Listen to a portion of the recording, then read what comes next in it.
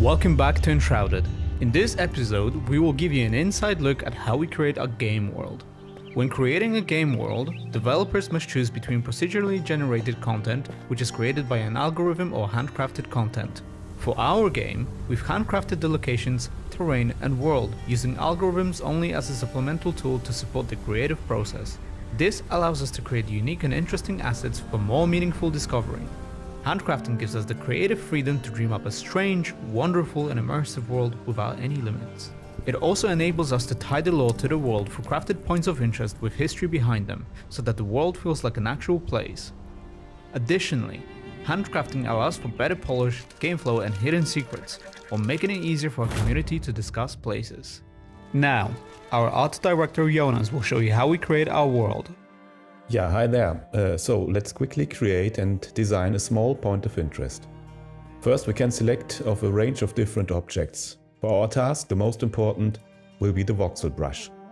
Since the world geometry of Enshrouded is entirely made out of 3D voxels, we can import and use any mesh in any scale. So let's start with a simple foundation. And now, add a little mountain or two, and why not a huge sword on top. So no matter what geometry we add or how the objects overlap, the result will always be a clean voxel mesh, which is quite a game changer when it comes to designing levels, if you are familiar with the restrictions of traditional approaches. We might want to have a cave for our little boy, which we can create anytime by using a negative stamp that will be subtracted wherever we like. So let's dig that cave.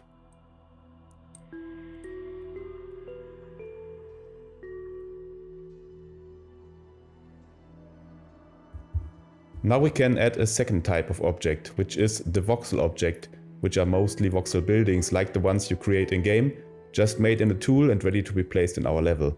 So let's add a small city wall. Again, we can alter the geometry by overlapping. The result will always be a cleanly voxeled mesh. Let's place another object type, which is a so-called white box object.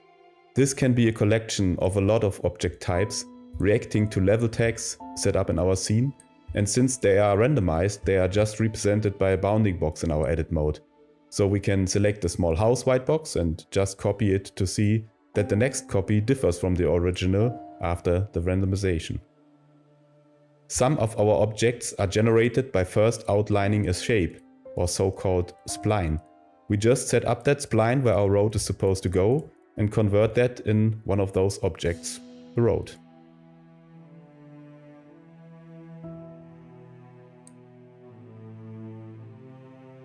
Now, with all the basic setup done, we want to test play the level, and we can do that anytime by the press of a button.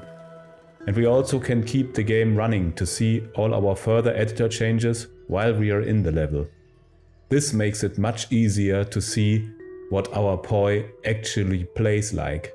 Now we can quickly change large areas by painting in informations in the tool, which might result in scattering changes, so we can, for example, quickly add small forest, or we can paint in different biome setups that will affect materials and scattering objects.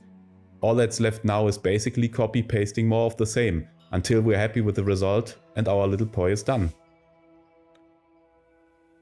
That's a glimpse into our world creation process.